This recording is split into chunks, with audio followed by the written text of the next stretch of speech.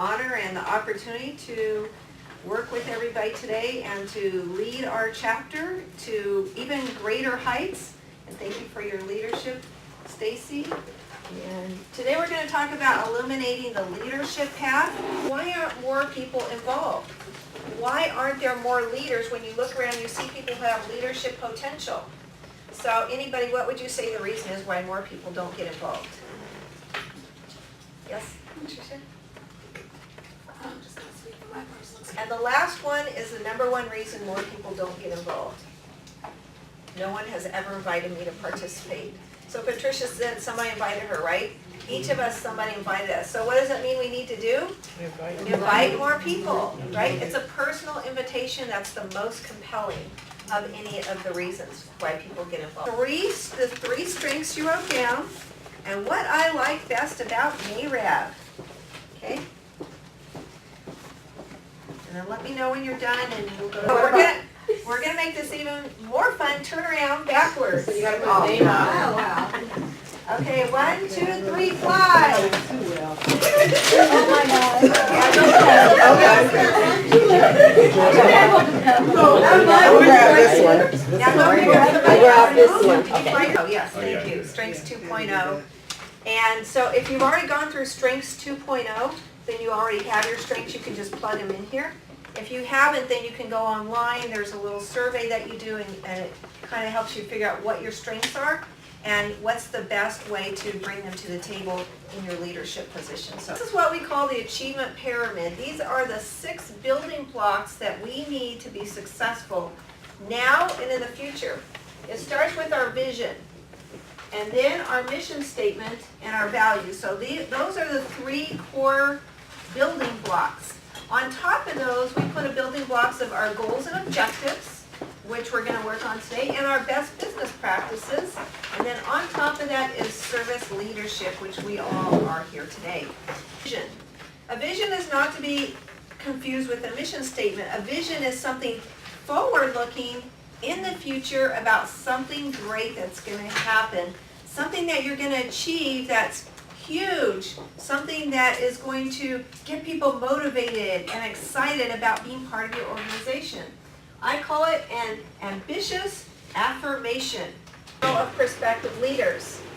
It's so awesome that Stacy is our president now. But what about the future? Eventually she's going to leave us, hopefully move up in K-Rev, NAREV leadership, but who's going to take her spot? And then who's going to take the spot after that? And after that? So all these people have to come from somewhere. So that's the importance of building a pipeline. Now, all of us are in real estate. We're in the pipeline business, aren't we? Where do your buyers and sellers come? Your pipeline that you've been cultivating. You cultivate them, and it starts with a whole lot. You get buyer and seller calls, and then it kind of narrows down, and you keep cultivating, and what comes out isn't always what goes in. You have to put a lot more in than you're going to get out. That's how a pipeline works, or a funnel works, right? Have in an organization. All of them. Because if you just have one, you're going to have an organization that's very skewed, and you're not going to have a whole complete set, right? So the D person is a person that you can't have too many of those, because you can't have too many chiefs and not enough Indians, right? So they need the S people, who are great followers and great at getting things done, and the I people who are out there, the rainmakers, making things happen.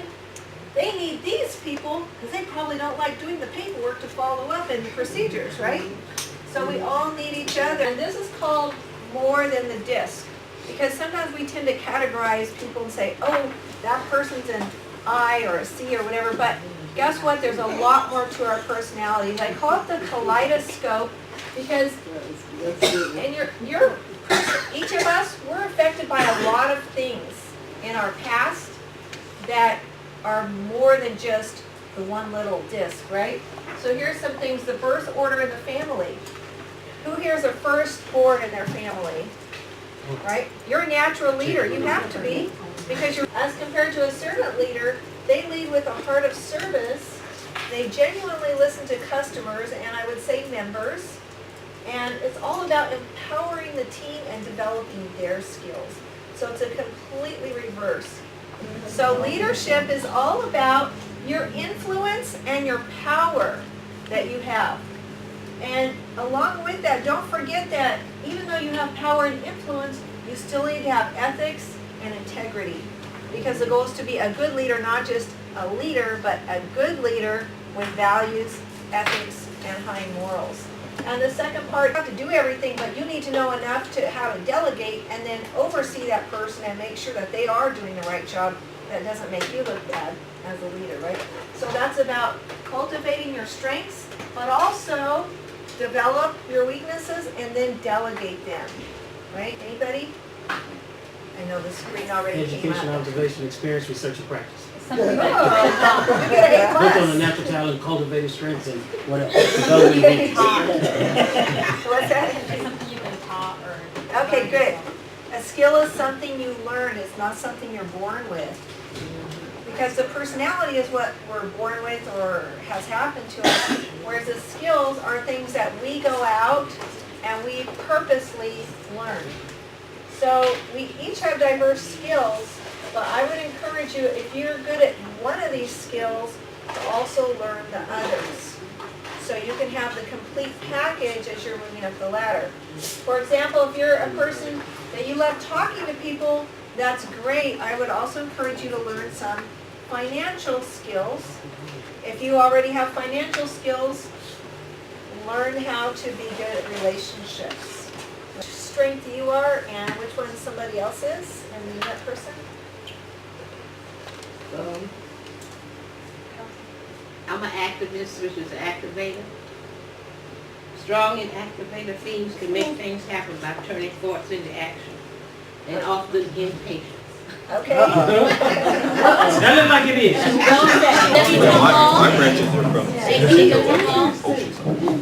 That would be good. Oh, yeah.